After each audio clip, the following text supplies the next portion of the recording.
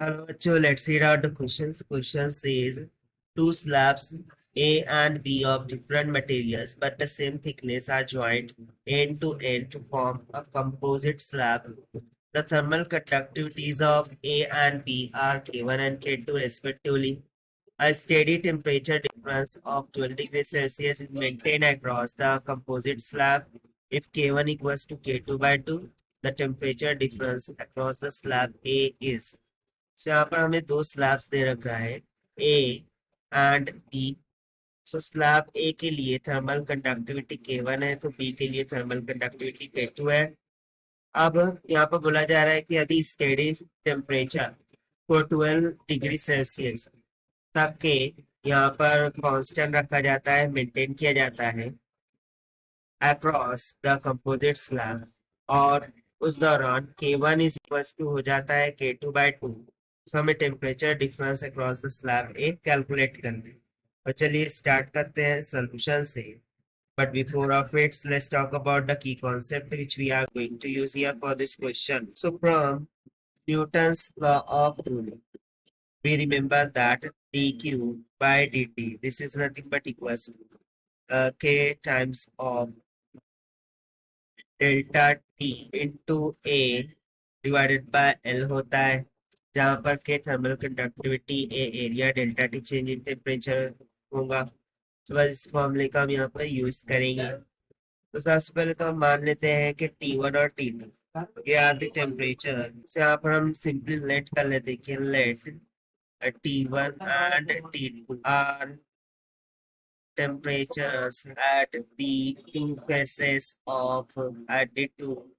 faces of composite slab or slab बनेंगे, and theta with the temperature at the common T बनेंगे, and T is the temperature at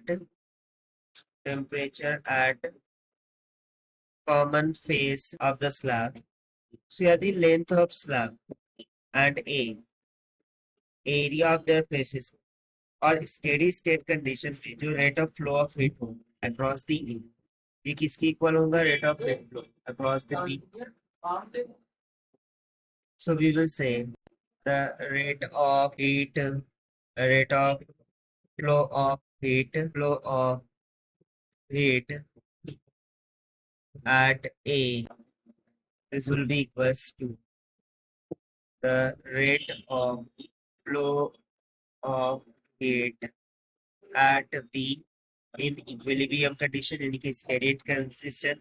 So rate of heat flow means to say the formula which we have written here from the Newton's law of cooling. तो देखिए first case के लिए क्या आ जाएगा? K1 times of A into में temperature T1 minus में T divided by जो भी लेंथ है L, this will be equals to K2 times of A into में T minus of T2 divided by L के इक्वल। सो L और A cancel out हो जाएगा और from the given K1 equals to K2 by 2 है, यानी कि K2 is equals to twice of K1 होगा, जिसको हम यहाँ सब्स्टिट्यूट करेंगे।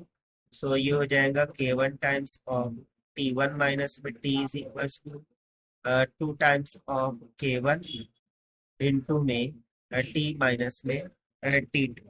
इस तरीके से हो जाएगा। सो हमें एक इक्वेशन मिल जाएगी T1 माइनस में T is equals to 2 times of T minus में T2। इसे हम मान लेंगे equation first. Now from given, हमें क्या गिवन है कि इनको steady temperature difference 12 degree Celsius पर मेंटेन किया गया है। दैट मीन्स कि T1 माइनस T2, ये जो डिफरेंस है टेम्परेचर को 12 डिग्री सेल्सियस की, तो यहाँ से हम T2 का मान निकाल सकते हैं कि T2 is equals to T1 minus में 12 हो जाएगा। इसे हम मान लेंगे इक्वेशन। सो इक्वेशन 2 को इक्वेशन 1 में सब्स्टिट्यूट कर देंगे। सो हमें मिल जाएगा T1 माइनस में T, this will be equals to 2 times of T minus में T1 माइनस का 12। अब इसको हम मल्टीप्लाई करके सिंप्लीफाई करेंगे, सो हो जाएगा 3 टाइम्स ऑफ T1 माइनस में T इज इक्वल्स टू 24। से यहाँ से हमें T1 माइनस T, ये डिफरेंस कितना मिल जाएगा, 8 डिग्री सेल्सियस। और देखिए यही हो जाएगा फिर हमारा required answer for this question जो कि हम समझा गया था, because it is asked to find the temperature difference across the slab A. तो temperature difference across the slab A कितना है, T1 माइनस टी के इक्वल, अब वो आ गया 8 degree Celsius. So as per the given option, option C is correct. So this is the required solution. I hope you understand. Well, best of luck. Thank